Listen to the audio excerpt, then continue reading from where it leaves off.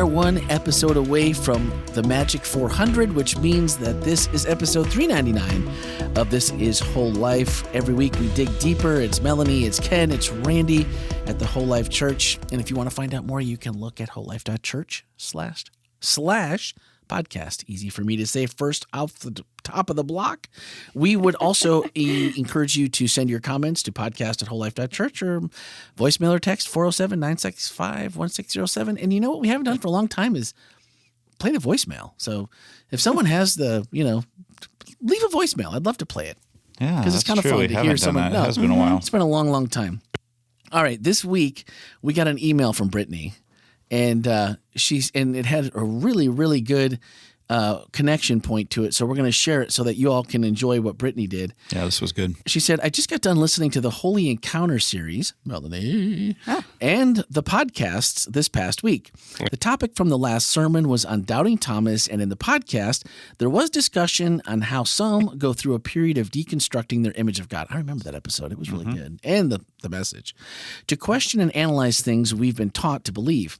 I thought the conversation was very fitting to the question posed at the end of first service from last week that says, does connecting with God ever look like taking a puzzle apart instead of putting it together? I'm not sure who asked that, but would highly recommend listening to the podcast episode.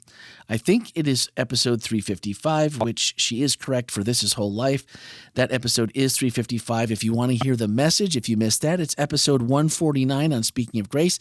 And if you swipe up in today's show notes, you will find a direct link to both of those, or you can just scroll through your podcast player and find it there. Can I just say, Brittany, I could not be happier. Yeah.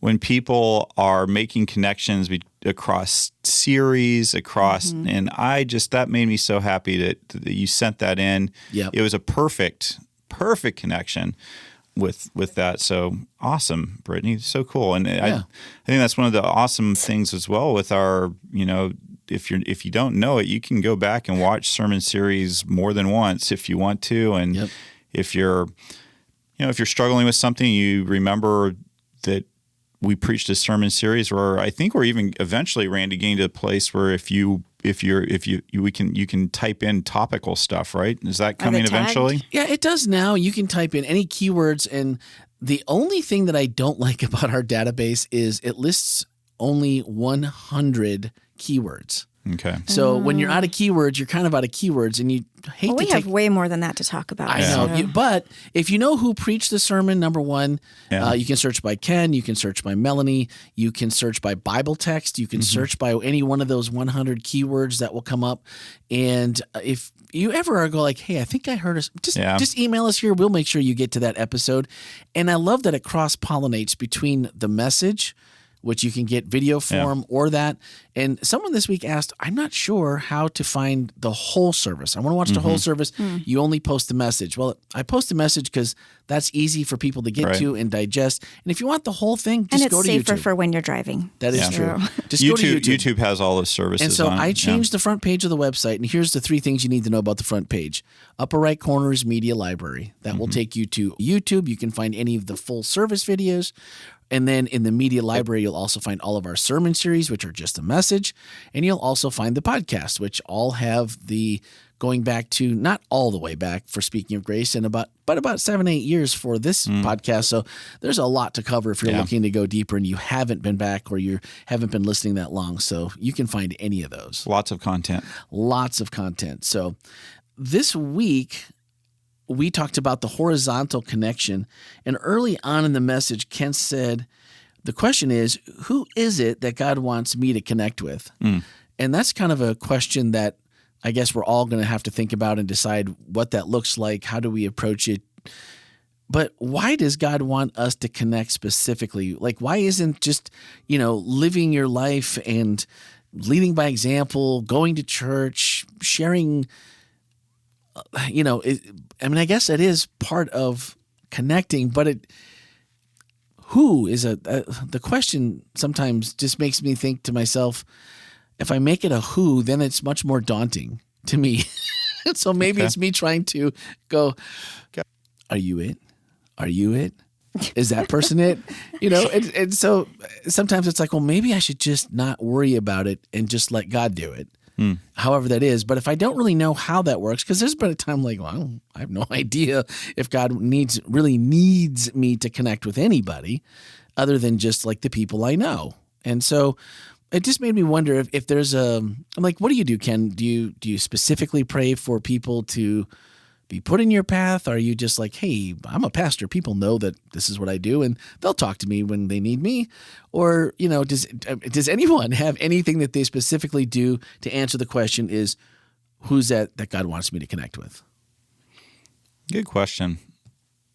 That's why you asked it, probably. It's what, I mean, these are the things that Randy thinks about, because there was a time when I was new to really loving Jesus that it felt like I should be doing something. But then it's like, well, I don't know how to necessarily ask the question, or I don't know what to do.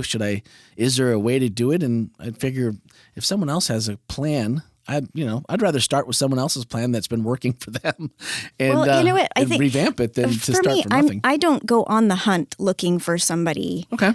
But I pray and let God know, which is more of a reminder to myself, that I'm available. I'm available for interruption. I'm available for people, and to help me recognize when that happens. So I'm not like looking, running around looking for people, but when they show up, I know.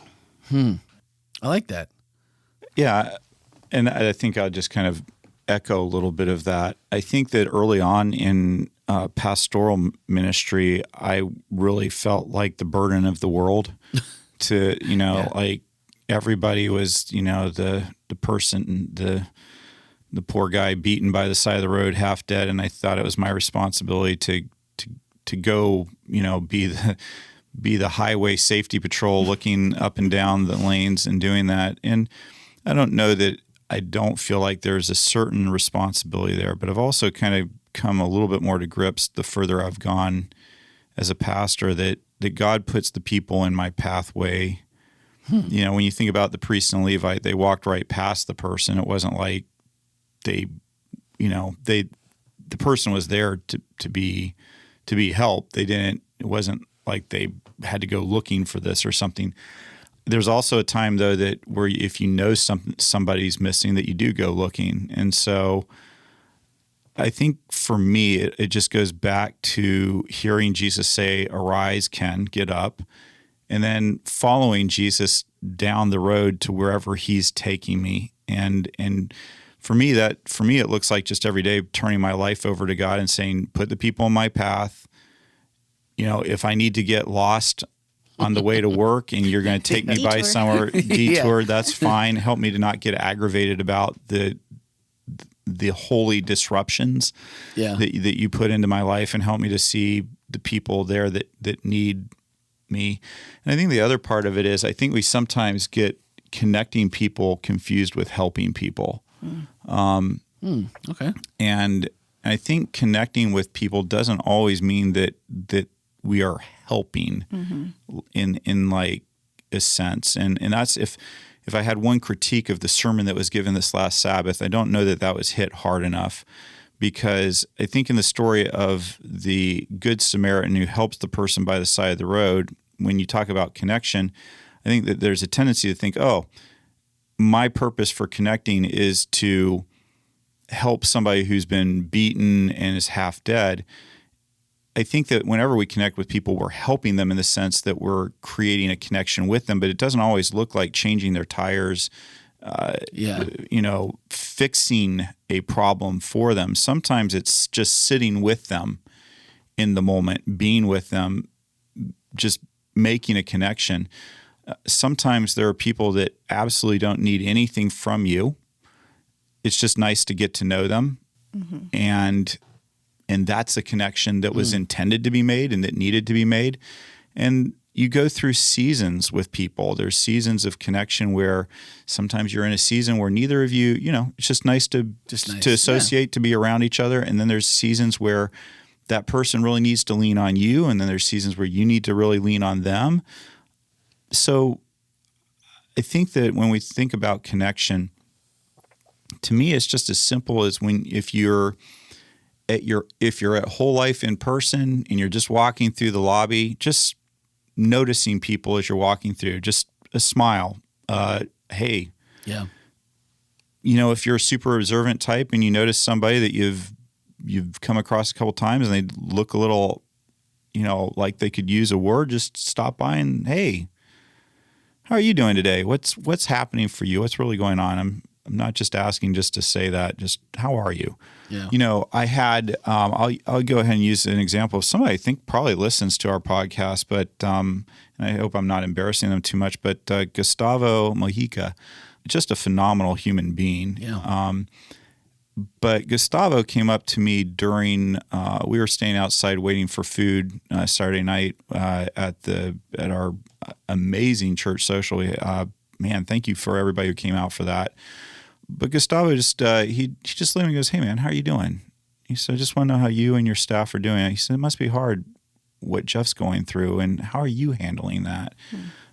Man, that was just, it was super nice. It was just, it was a very thoughtful question to ask, and I could tell it was sincere. He really wanted an answer, and it was, it was just a thoughtful thing. And so those are some of the things that, that's a little bit of connection. Like I said, he didn't say, hey, let's go into your office and sit down for the next 30 minutes and you're going to tell me what's going on. Just a simple, hey, how are you? Do you want to talk more later? I mean, and so those are things that we can do as we go throughout, just an awareness that that God is putting people into our paths daily, that sometimes it's just, being nice to the person that's serving you.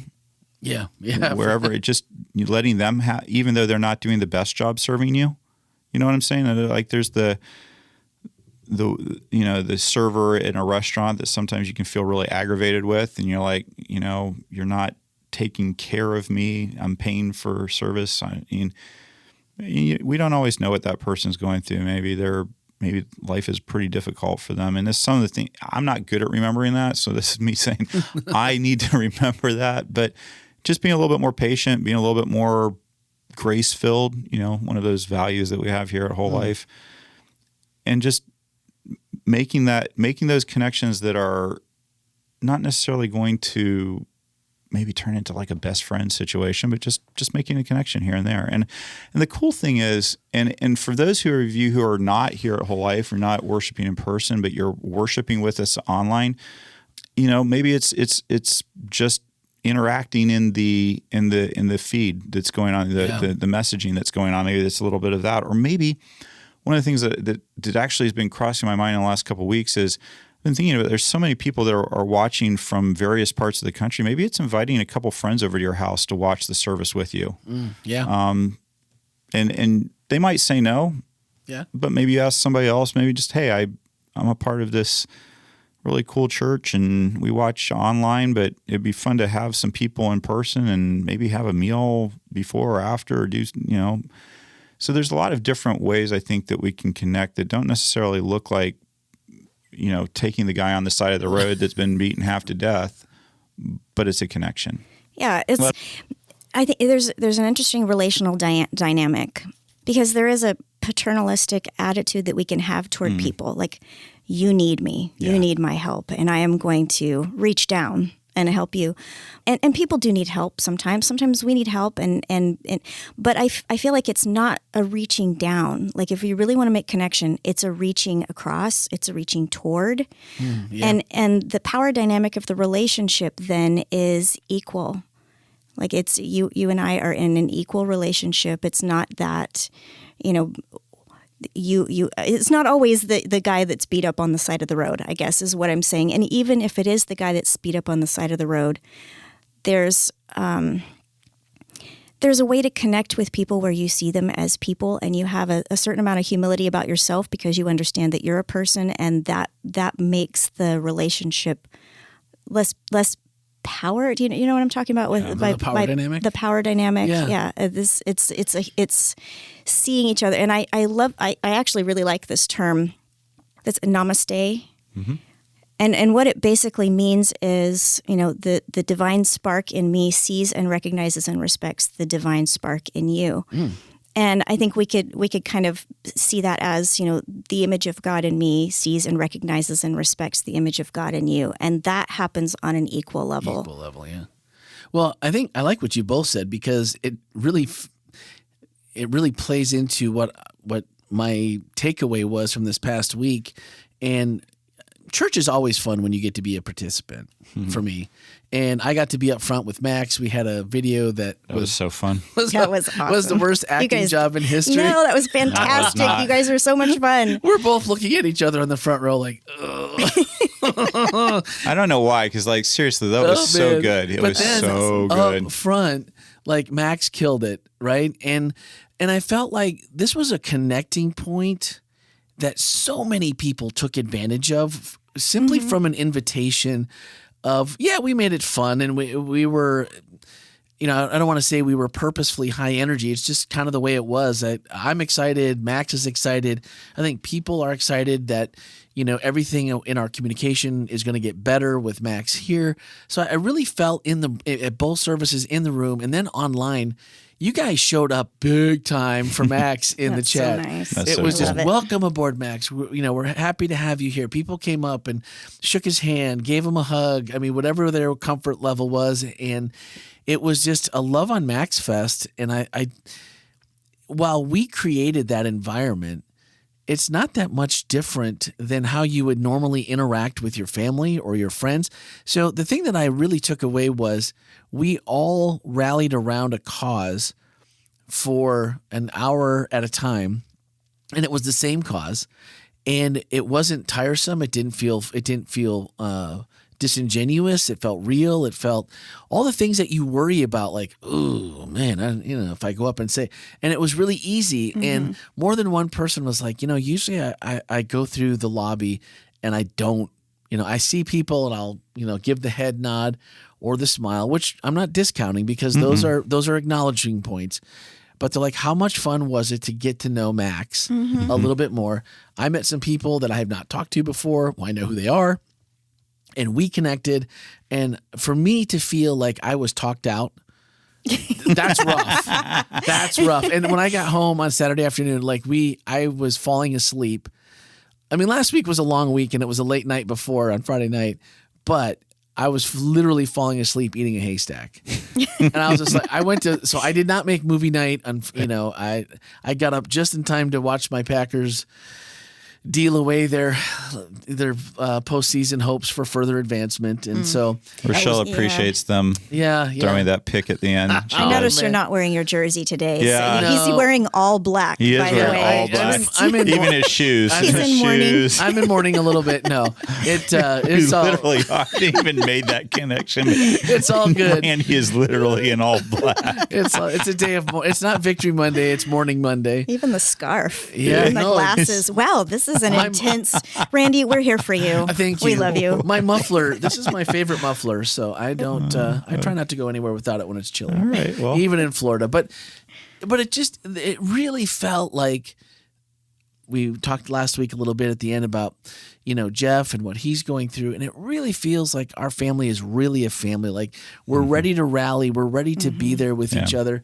And that is unlike any church dynamic family situation I've ever been a part of. And so that has to be organic. You can't force that. Right. And that's something that I just love about Whole Life. I think a lot of people, come in and they feel something different here.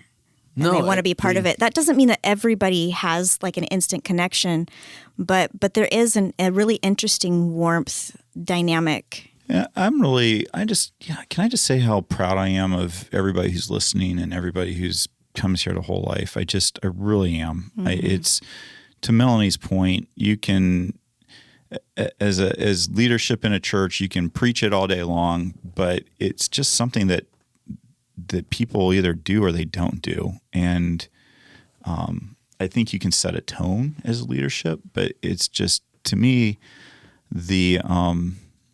I really appreciate the caring that I see that comes, and I know that Jeff and Tammy have felt surrounded, and I know other people who have been in that position have as well. I also know that there's people that we could have done a better job with, and so those are things where we continue to learn and grow.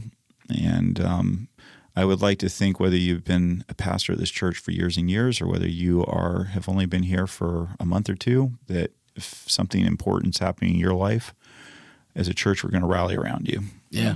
No, that's evident. And it just makes you feel good about that part of your life and because, well, for us, we're staff. This is a huge part of our life, and it feels really good that the time and the energy and the creativity and all the things that we try to do with excellence and intentionality, it really does help in that process. And so it really makes you value the backside of those coins every year that remind you of those 9 things that we do and that we hold dear and that we try to work into every piece. Like, how do these fit into what we're trying to do?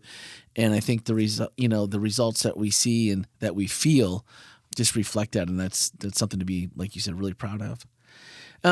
You did say that we don't have to connect with everyone, but those people that God does put in front of us, and that's like the people alongside the road, I feel like in the parable.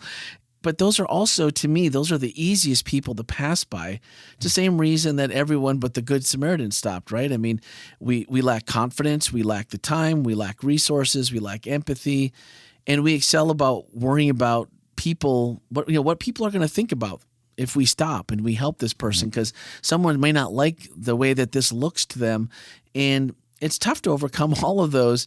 And then if just at a minimum, and then just add the general fear we have about putting our nose where, I didn't realize that was not good. Or maybe I shouldn't have said that. Or, how is that person going to see me? Are they going to think that I'm coming from the top down instead of my intention is to do, like Melanie talked about, reaching the hand across so that you don't feel like I'm more important or I somehow am taking pity on you. I mean, nobody wants to feel that. And so it almost made me feel like it's amazing that we do any of these things because there's a lot of reasons, and they're legitimate reasons that we all have legitimate fears or concerns over. And it made me think of, because you segued into the 2 movie clips, which I did want to come and see Flaming Hot. What if we aren't naturally a Judy? Can we become a Judy? I mean, is that a thing? Because it's way easier to be the other. Well, I do think that you need to be a Randy. I think that's Let's important. start there. I was supposed to be a Julie, but it didn't happen. Okay. Well, my mom was. But we're happy, Randy, that you're Randy. We're okay with it. And I'm sure your parents are as well. Yeah, she's gotten over it. But good. I think that one of the things that I remind myself is that there are some basics in life that you don't have to be a superstar out, but you do need to do. I may never be a professional NBA player, but that doesn't mean that I can't have some of the basic skills. If basketball were a super important thing, it doesn't mean that I couldn't learn to dribble. It doesn't mean that I couldn't learn how to do a 2-handed pass and to do it well. And when it comes to our connections with people, there are natural Judys out there that are just encouraging and upbeat, and they make people like me feel very inadequate because that's not who I naturally am. And I appreciate them. I think that it's amazing. But I remind myself that while I may not be a Judy, there are things that I can do to develop myself to be more engaged and connected when people need me. I can learn to be a better listener. I can learn how to provide assistance when it's needed. And I can do those things. And then when I fail at them because that's not natural, I pick myself up, dust myself off, and think, okay, well, next time I'll try to do better at it. The other thing that I'm trying to grow in is not telling other people that they have to be a certain way, that they have to do something, or you need to do more of this, or need to do. I think that's a real trap in church life, is that we want everybody to have the same spiritual gift and all the same. Well, everybody has to have the gift of hospitality. Everybody has to do this. I think there's some basics of hospitality that we should all have, but not all of us are going to be a superstar at hospitality. Not everybody's going to, not everybody's going to grow to 7'2". And no matter how many vegetables you eat. No matter how many vegetables. Ask me how I know. So, it's just one of those things where there's, but again, that doesn't mean that you can't do some of the basic skills and some of the basic things and improve yourself in some of those things that are just helpful here and there. Well, and I mean, the word basic is, there are also basic things that you know that other people need. Yeah. Other people need to be respected. They need to be seen. They need to be appreciated. And those are basic things that you can cultivate an awareness of how generous am I with giving these things to other people. And one of the things that I think is cool is generosity of spirit is contagious. If you're in a place where people are generous in spirit toward you, then that there's a vulnerability, then there's a safety that opens up that allows you to be more generous in spirit to other people, and then and on it goes. So I felt that being reciprocated this past week with a lot of conversations that were happening, and that we had a volunteer job fair, and so the lobby was full of people smiling, interacting, and it really was just an attitude or a feeling like in the room that it was a really cool week. And I hope if you had a chance to be here, both in either of our services with the worship. I mean, the worship team did an amazing job. The two guys we had up there for their little time, they did okay. You know, they did fantastically. It was acceptable. You know, the message, it just really felt like if this is a week that you wanted to bring someone to church, it was, you know, I think anyone would have walked in and kind of felt what you were talking about earlier. Like there's that safety, and there is just that aura about people that this is a place that cares. And not that I don't think it's pretty obvious on most any week you would come to Whole Life, but it just really just being, I mean, I'm rarely up front. I think this is the second or third time I've been up front since I started coming to church here. I don't get up front that often. Well, and we that's might fine. be seeing a little more of you. and that's okay with me. I mean, I don't mind, but I also, I have no man, I need to be up there. It was different being up front and getting the energy back from. You can feel it when you sit, but you can also you can feel it better when you're up front and you see people and when they're engaged. Oh, now you'll know what I'm talking about. Yeah, right. And so it really was. And Max mentioned it too. He's like, man, it just felt like, everyone was being so supportive and it was really genuine. And I met some great people today. So, for all those that came up and said hi and on the chat and in person, that was awesome. You really made Max feel welcome, and that was just really cool. It was a different perspective being up front. And you met a cool person too. So congratulations to you on meeting Max. Yeah, and maybe next week he's going to bring a different flashlight. So check on his flashlight carry every week. I told him, I said, you're going to have to start switching it up now because people are going to ask you. So he's going to have to get a little more creative. I have a flashlight to give him that I don't think he has. I do. I'm really excited about it. And it's so funny. Someone else texted me some flashlights on Amazon that they thought he needs to have that they don't think he does. So, ooh, all right. So it's good to know what to buy somebody for their next couple birthdays and Christmases and stuff. So. Now we just got to find out when his birthday is. We do need to I don't think I know. I'm pretty sure I don't know. All right. Well, let's get into the chat from this past week. We had, again, just a whole group of people that were resonating with the message, comments about being seen, feeling like they understood, and that Ken was speaking to them in their situation. And then, again, trying to figure out, like the first question we talked about, like, who is that person that got and what's expected of me? And Deanna, who is one of our Stephen ministers here at church, kind of got things going at first service. She said, I think opportunities abound for connection, and I think we aren't always attuned to them or feel we don't have the energy to make the effort. And Cecilia said, in air quotes, having energy to make the effort. Deanna, that hits the nail on the head for me. I think that's where I struggle the most with connections. And then Deanna wrapped it up, and this is the part I really wanted to talk about. The fact is, it doesn't have to be much. She said, see the people who are usually unseen, i.e. the grocery clerk, your waiter and janitor. Feeling seen makes one feel valued. And that fits so well with what was happening this week. Yeah.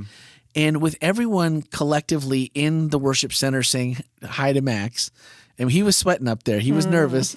And it just put him at ease. It immediately changed his demeanor. And when you're up front, you're kind of you got the lights on, it's bright, and you're subconsciously thinking about, what am I going to get everything right? Do I remember what Melanie told me to say?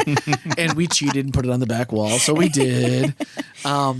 But to see that immediate just exhale, people really do like me. And not that you don't know that maybe necessarily, but it's a new place, it's a new group. And I think how many people walk in our door where if 2 or 3 people were like, hey, I don't know you, welcome to Whole Life Church.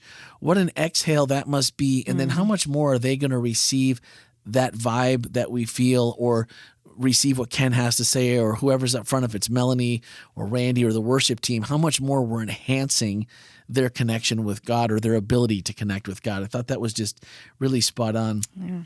And the Wallflower asked, how close of a connection does it need to be? Going back to the Lego metaphor from a few weeks ago, some of us only have so many connecting points. How much do I need to engage someone to be loving them as my neighbor? I think we kind of covered that a little bit earlier, didn't we? I mean, yeah. You think? I think so. I do like the fact that I only have so many connecting points. Right. And I also feel like if I connect with Ken, it's different than connecting with Melanie, because you're 2 different people. So my thought of that is, how many people are we only, because I feel like if we only stick with the people like us, those connecting points can be very minimal, because it's like, well, there's only so much of that I can handle. But this week in the lobby, I connected with everybody that had different connecting points, and it was fun because you get a little bit of each different style, and I think you can make more. Not that you would always do that, but it helps more. So here's one of the things I'd say. Having lived in a number of different communities over the years, I can tell you that one of the most discouraging things when you come to a new place is hearing somebody say, "Well, I have all the friends I already need."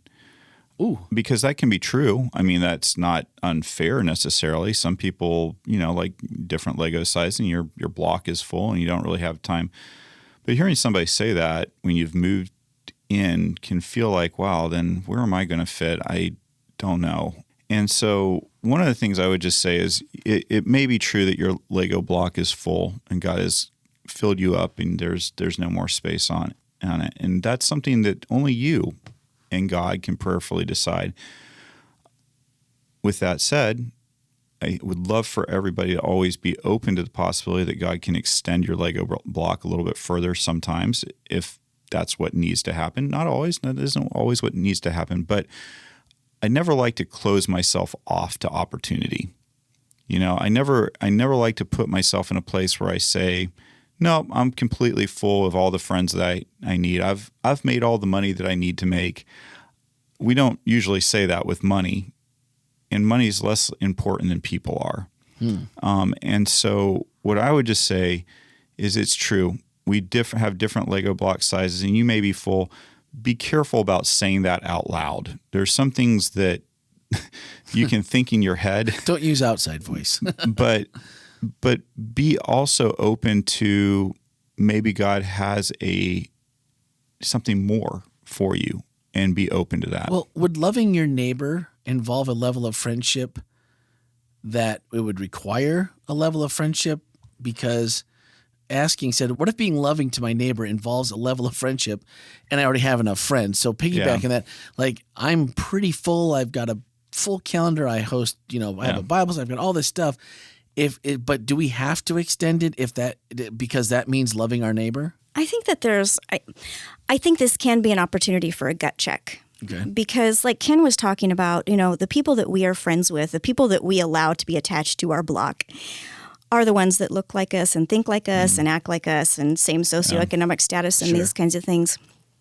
And I think that sometimes there needs to be a gut check where you ask yourself the question, am I full up on friends, or is there something else that's keeping me from connecting with this person? Because Ken's talking about, this upcoming series, the Connecting Across. And it reminded me of, when we lived in Washington State, we were invited over to somebody's house for lunch after church one week. And we had a great lunch, and we had a great conversation about the sermon and all the things. And then we were going to go for a walk afterward. And the lady said, "Oh yeah, we have a great neighborhood. Just don't go in the cul-de-sac." And I said, "Why wouldn't I go in the cul-de-sac?" And she said, "Oh, well, there's a gay couple that lives there." And I started laughing and I said, "You know, it's not contagious, right? Like you can walk by their house." And she said, "Yeah, I know, but it just makes me feel really uncomfortable. I don't want to be around them." And I was thinking back over a conversation that we had with over lunch. And I said, we've been talking all this time about being like Jesus and doing what Jesus wants us to do. And Jesus said, love your neighbor. They are literally your neighbors. They're the definition of. And she said, yeah, but I can love them from over here. Oh, ouch. And so my thinking is, can you? Can you love someone from that distance? And is there something that's keeping you from getting to know someone that is, an issue with yourself and how you feel about others and how you feel about others that may be different from you or think or believe differently from you? What if it's your neighbor directly next door to you that comes onto your property and cuts your trees down? Is that It sounds like a personal issue. Yeah. Yes. So that was oddly specific, Randy. Well, I was just, I feel like, distance and proximity, and it was funny. My mother, this is a very, obviously very personal one, and we have the same problem with the same neighbors coming in, just like, hey, we didn't like the way your stuff looked, so we came over and fixed it for you. And it's like, no. And oh, hey, we just came and put our fence up on your side of the property. It's like, well, no, you can't do that. And my mom is like, so one of the last times we spoke about who is your neighbor and how to love your neighbor, whatever, my mom listened to the podcast and she sent me a text message. She's like, so does this include the neighbors to your east? And I was like, oh, I think there is something to be said for proper boundaries as well. But look, I think and I think that the thing to really remember here is that if being a neighbor was easy, then we probably wouldn't have as much written in the Bible as is written there. It's not easy, and it's not. There aren't simple answers to it. Life is complex. There is a time to love from afar. Usually that involves the person being destructive. And usually that's when it involves. A lot of times we get confused about who's being destructive, though. And so I think that I remember Melanie saying, I remember us having a conversation a long time ago and with Melanie. And Melanie said, we were talking about a group of people, and Melanie said, well, Ken, I would just rather err on the side of being too loving than not loving enough. And that one stuck with me. I thought, that's a good point. And I would rather explain to God why I was too kind, too loving, too engaged with my community than explain to God why I was too unkind, too unloving, and too disengaged from my community. And I think that's an important thing for us as we kind of, and as a family here at Whole Life, I think it's just important for us to err on the side of love, to err on the side of kindness. And when I say err on the side of love, I'm talking about 1 Corinthians 13 love. That's what I'm talking about. I'm not talking about some mamby-pamby, whatever. I'm talking about 1 Corinthians 13 love. Just go read it. Err on that side. Mm-hmm. Err on the side of not holding somebody what they've done again. Err on that side of things as opposed to on the other side of things. And I think that when we do that, err on the side of keeping no record of wrongs. Err on the side of, love never giving up. The more I look at Jesus, the more convinced I become of how unloving I am and what I really want to be like. And I don't spend a lot of time beating myself up over it. I'm encouraged. I'm like, I can do better. I can do better. And at Whole Life, we just got done with our annual mission index, which is where we ask questions that directly focus on our mission, vision, and values. We ask people questions. It's an interesting thing because in a lot of churches that you go to, or I shouldn't say a lot, some churches that you go to, you'll get a questionnaire. Do you like the sermon? Do you like this, that, and another? We really focus our questions around the things that are mission and vision, that what the whole, instead of saying, do you like the sermon? What we're trying to determine is the sermon moving you in the direction that our mission, vision, and values are? And one of the most important questions on that survey to me is, do you feel loved and accepted at Whole Life? That's one of the questions that's on there. Do you feel loved and valued at Whole Life? That is the question that's asked.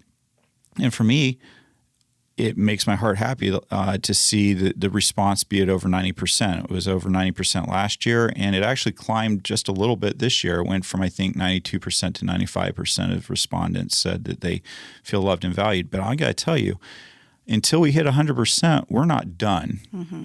We're not done. And I have to also recognize that there's a 5% that maybe I'm not doing a very good job at making feel loved. And that means that maybe it's something I need to do. I don't know. Is it somebody that maybe I can never make feel loved? I don't know. But that's not I'm not worried about I'm worried about what can I do? How can I be more loving? How can we hit 100%? Well, and 5% is no joke in a church the size of ours. You know, I mean, 5% equals a lot. Well, there are 248 people who responded to that, so you can do the math on that. Yeah. That's 10-ish people. Yeah. Is that right? About 10-ish people that out of the 248, and you can say, well, that's but that's 10 people. Those are 10 people that matter, that are important to God and to us, and we can do better. Yeah. We can figure it out. And so, anyway, so that's just something that I always like to ask that question, and I'm always challenged by it. Yeah. Well, I know we've got about 15 minutes before Ken's got a hard out here, so we're going to try to get through the rest of the questions because we have a ton. But I'm going to read two of these because they're both about social media and how it might be. So we'll try to see if we can knock both of these out together. Leo asked, "I'm curious about how social media changes this. Does it change it, or is it still only those who we come in contact with in person?" And Aaron followed that up with, how does social media play in all this? We're not exactly in contact with those people, so does it not count? Is it only those we come in contact with in person? There's thousands of people that we could reach out to in social media, which makes it a lot less obvious who our neighbors are. So does it change? And to me, I've always looked at it with social media that there's going to be people that you're going to connect with, people that find you, you find them. And I've had some really, really good interactions. We've all had probably negative interactions on it as well. But for people that are really wanting to connect with you, or you're wanting to connect with them, and it's not something that you're close, I've had a lot of really meaningful and even life-changing conversations with people online. So I would say that it does. If that's how it's presented to you, if that's where the Holy Spirit's taking you, then yeah, it definitely includes online. But I'm also not going online to just see who wants to hear about Jesus or who wants to be my friend. Well, if you think about our chat every week, the people that show up, from all over the world, get together in one place and, interact with each other. I mean, I've never met Erin in person, but I feel like we've interacted with her for, so much that we know her. And I think that you can have meaningful interaction with people online. You can develop friendships, even though it may not be in person. I think that you can still develop community, and you can still be part of something. You can still belong, and you can still connect. How cool is it going to be when we finally get to meet Erin face to face? I know, that's going to be fun. So I don't know, Erin, are you coming to church retreat this year? We had a big announcement and stuff. That's on the website. Registration's open. We can tell people now. Yeah, we can. Yeah, absolutely. So, that would be super cool. So what I would say is, if you're trying to do your registration, make sure you do it from a computer for the moment. For the moment, yes. We're going to, for whatever reason, the mobile page part is not good. Kind of not working the way that we want it to, but it will. I'm sure. Yeah, by the time you hear this, it will be worked out. So, because we hope. Yeah, it's Monday, but we'll get it fixed one way or the other. Can I just say something really quick about the online thing? I think it goes double for online. I think that it's so easy online to really take and make people into objects because you're not seeing them. You don't see them cringe when you say write something a certain way. You don't see them cry. And it's really, really, really easy to objectify people online. And so I think that online is a legitimate place. I think that because it's so huge, I think that, the world has become your neighbor, and it's not possible as much as, you only have so many parts on that Lego block that, you only have so many. So are online relationships legitimate? Absolutely. Of course they are. Just remember that people online are still people, and they're not objects. And so I think it's very easy to be a lot more harsh and a lot more mean when you don't have to put your name on it, when you can just have a little name that you've made up.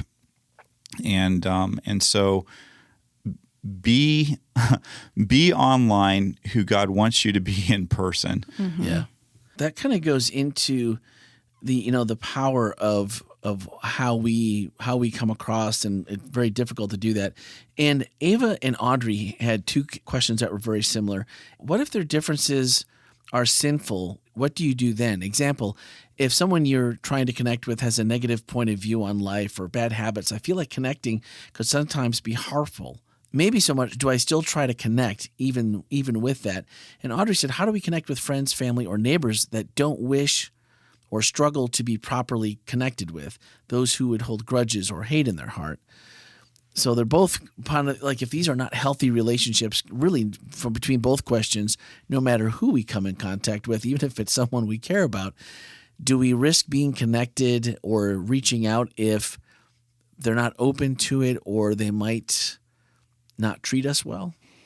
I think we have to be careful and thoughtful about the relationships and connections that we make. I think that there are some people that are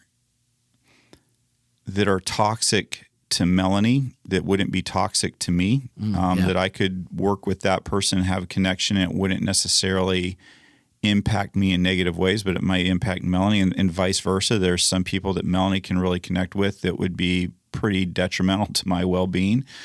And I think those are things we have to thoughtfully go about. I think, again, we just need to be very careful that I think the exclusion button is one that we have to be really it's the big red button that we have to be really thoughtful before we push it. Right. Yeah. And if you should have given a lot of thought before you hit that button. It shouldn't be the natural, well, this person falls in the category, boom, I hit the button. I think we need to go ahead and be super thoughtful. I'm really glad that there are people who have invested in me in spite of the flaws that they saw in me and the imperfections. It's interesting to me that